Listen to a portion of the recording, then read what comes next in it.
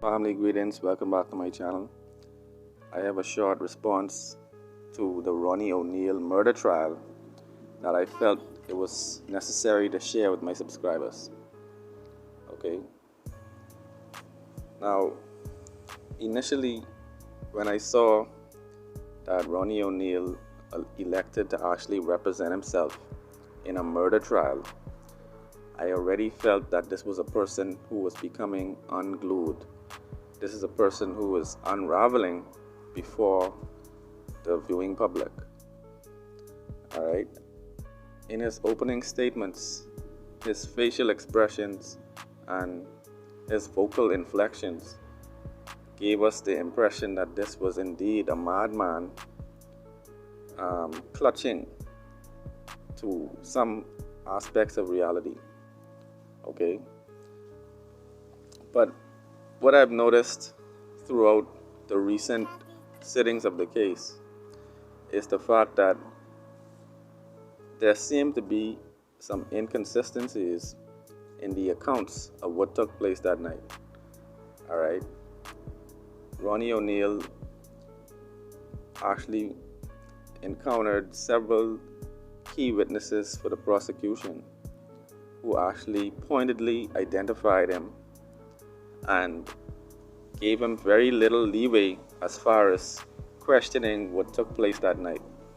Alright, even his own star witness went to the witness stand and gave graphic descriptions of how he actually murdered his wife. You know, the person pointed him out and said that he was responsible. You know, so things like that were not looking good for Ronnie O'Neal. Alright, it seemed to me that it was going to be an open and shut case. Alright, now recently he actually cross-examined his own son. And when he cross-examined his son, he exposed about 10 or 11 instances in which the testimony he gave for the case was actually different from the deposition and from the various interviews that he had with detectives and police officers. Alright, and so in one of the instances, his son told the investigator that his sister was in his mother's room, right? But when he gave a testimony, he said that his father came into the home, took his sister from her room into the mother's room, and then proceeded to murder them. Alright?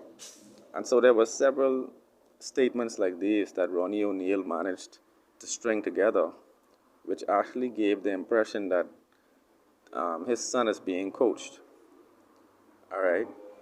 Now, I understand that investigators and detectives would want to give the best case, and they want the witnesses to be as clear as possible so they can actually conduct their case properly. But it seems to me that there was